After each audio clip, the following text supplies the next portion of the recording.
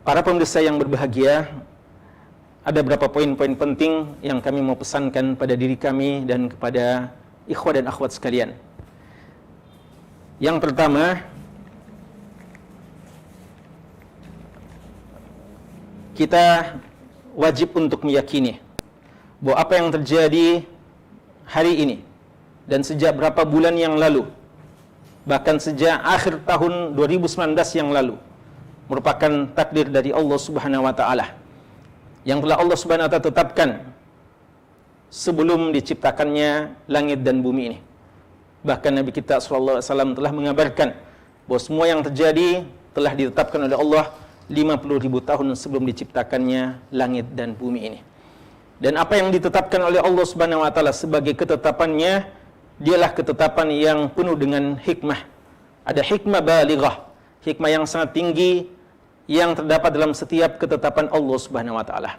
Oleh karenanya seorang mukmin senantiasa meyakini dan mengimani dan menerima setiap takdir Allah Subhanahu wa taala. Dalam rukun iman kita diajarkan untuk mengimani qada dan qadar Allah Subhanahu wa taala, khairihi wa syarrihi, yang baik menurut kita dan mungkin yang tidak baik menurut anggapan kita, huluwihi wa murrihi, yang mungkin manis menurut kita ataupun yang pahit menurut kita. Tapi setiap ketetapan Allah adalah baik dan syarat dengan hikmah-hikmah. Oleh karena itu, kita harus prasangka baik kepada Allah Subhanahu wa taala bahwa ada hikmah yang Allah inginkan dari kita dengan bulan suci Ramadan tahun ini yang kita hadapi dan kita akan lalui kemungkinannya dalam keadaan terbatas, dalam keadaan wabah yang masih menyebar di antara kita. Begitu banyak hikmah yang Allah Subhanahu wa taala sebutkan ketika Allah Subhanahu wa taala menetapkan datangnya musibah atau Allah Subhanahu wa taala memberikan cobaan dan ujian kepada sebagian hamba-Nya. Allah Subhanahu wa taala menyebutkan dalam Al-Qur'an beberapa hikmah-hikmahnya, wa ma nursilu bil ayati illa takhwifa. Allah Subhanahu wa taala tidak mendatangkan ayat-ayatnya, tanda-tandanya kecuali untuk mempertakuti kita. Allah mengatakan la'allahum yarji'un, semoga mereka kembali kepada Allah. La'allahum yantahun, semoga mereka berhenti dari perbuatan-perbuatan kesalahannya. La'allahum yattaqun, semoga mereka bertakwa kepada Allah Subhanahu wa taala. La'allahum yahzarun, agar mereka lebih hati-hati, lebih takut kepada Allah Subhanahu wa taala. Wa la'allahum yatadarraun, la'allahum yadarraun, agar mereka lebih merendahkan diri di hadapan Allah Subhanahu wa taala. Mungkin telah lama kita jatuh dalam sekian banyak kemaksiatan, kesalahan, kekeliruan.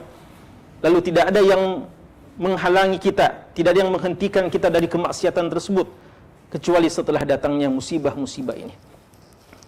Musibah ini merupakan terminal yang sangat baik untuk kita kembali memuhasabah diri kita, untuk kita kembali kepada Allah, lebih bertakwa kepadanya, dan agar kita berdoa dengan lebih khusyuk kepada Allah Subhanahu wa taala. Dan juga di antara hikmah yang besar dari musibah ini adalah Allah Subhanahu wa taala memberikan kesempatan kepada kita untuk melakukan beberapa amalan-amalan yang diperintahkannya dalam keadaan-keadaan tertentu yang mungkin selama ini belum kita amalkan.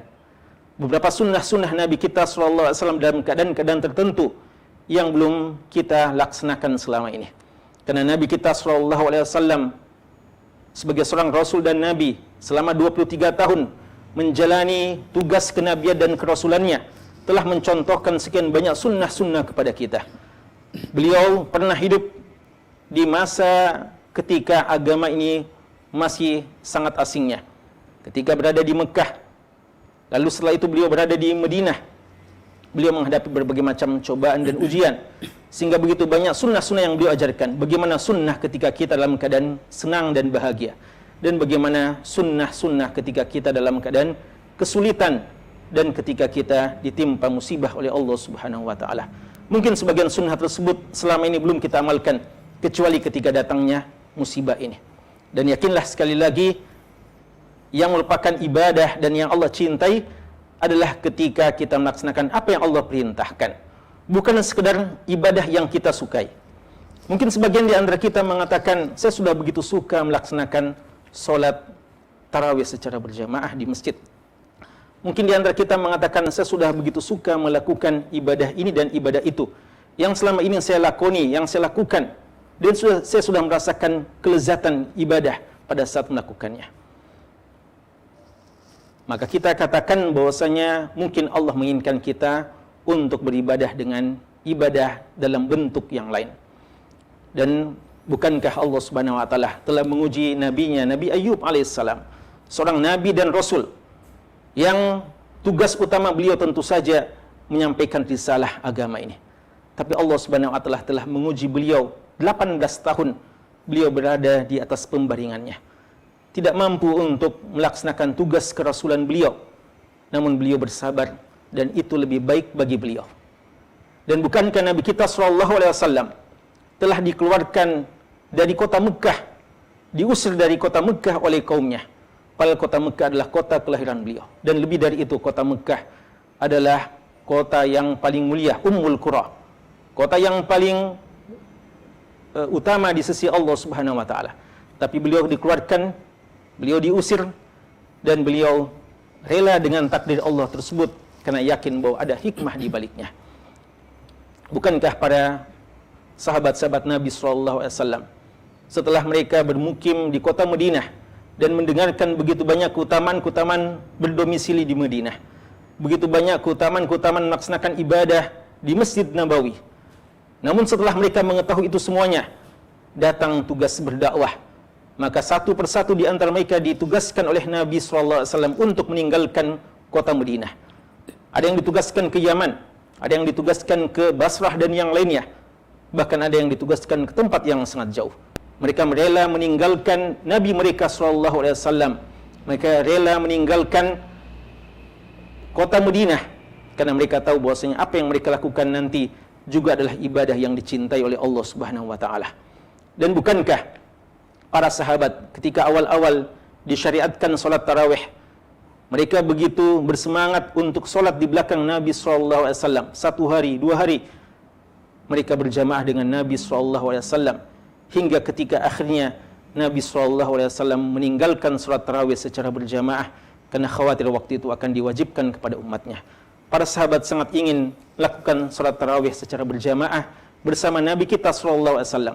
Tapi Nabi kita akhirnya meninggalkan dan tidak melakukannya karena ada hikmah yang lain dari pensyariatan ibadah tersebut.